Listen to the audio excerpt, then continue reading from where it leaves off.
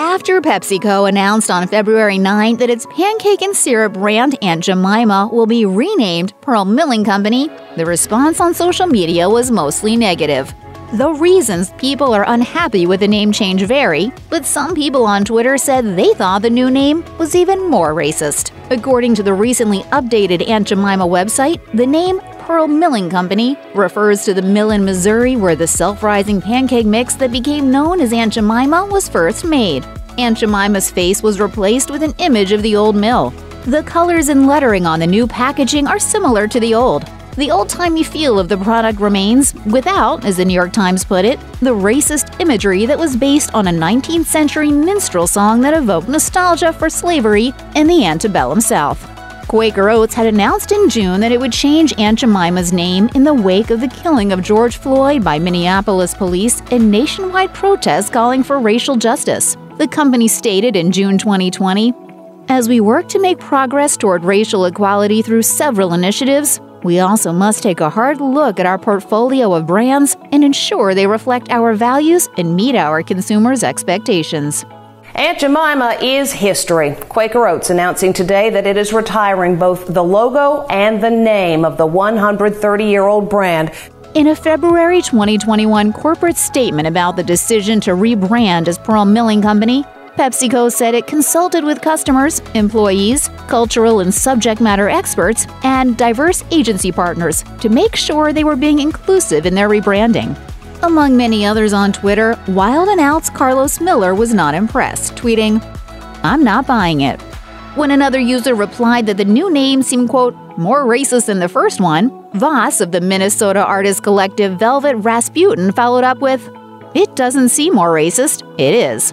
Some threads in the Twitter conversation leveled their criticism at the new name itself.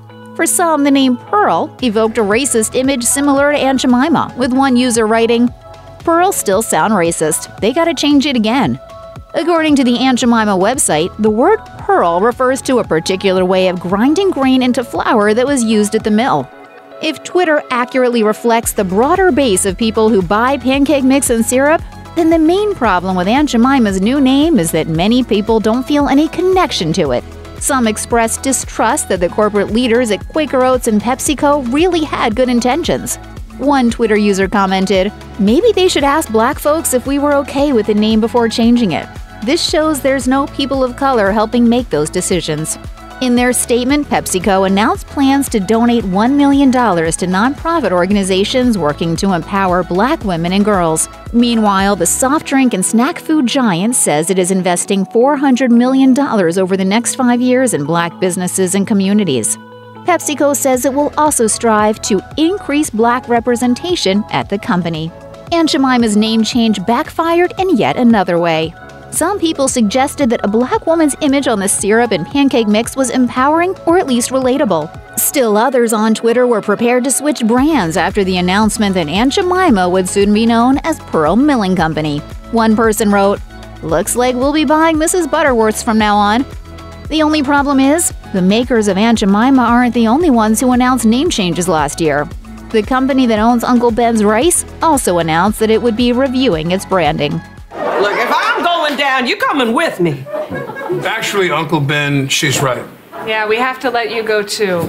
Meanwhile, ConAgra Brands stepped up to say they would review the branding of their Mrs. Butterworth syrup too. Even though the grandmotherly mascot is a bottle shape rather than a logo, some have linked its appearance to harmful racial stereotypes, according to USA Today. Check out one of our newest videos right here. Plus, even more mashed videos about your favorite brands are coming soon. Subscribe to our YouTube channel and hit the bell so you don't miss a single one.